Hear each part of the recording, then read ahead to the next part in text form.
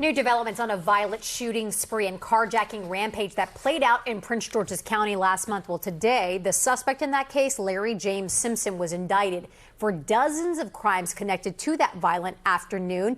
In all, there are 71 counts, including 17 counts of attempted murder and 3 counts of carjacking. But it is actually a previous criminal conviction that is getting a lot of attention now.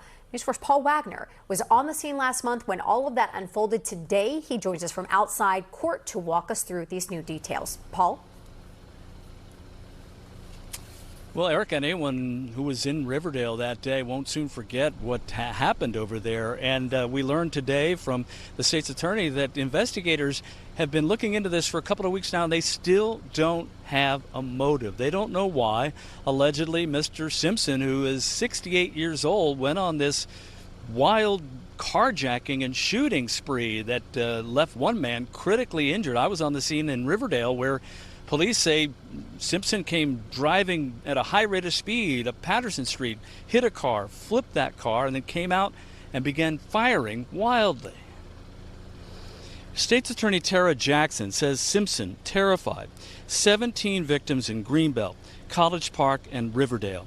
The 68-year-old was stopped as he attempted to carjack his third victim, and police say his rifle had run out of ammunition.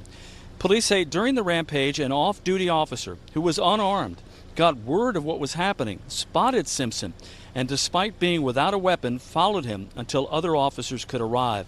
Police say Simpson's rifle was out of ammunition.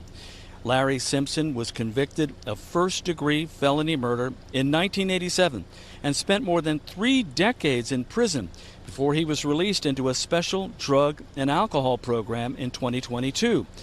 In 1987, Simpson was sentenced to life plus 40 years, but with the break he got from the court, he got out after serving just 35 years.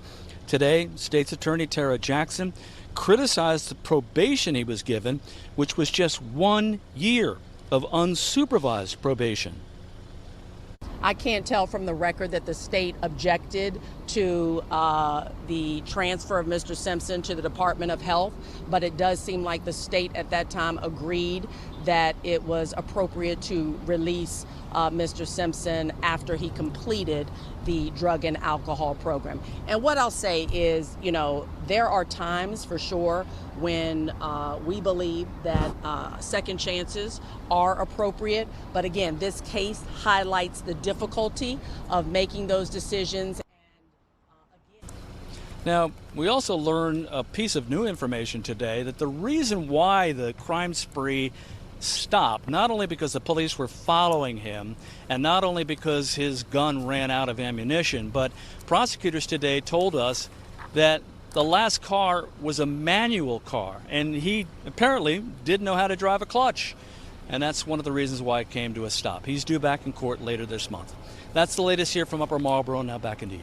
Our Paul Wagner live for us this afternoon. Paul, thank you.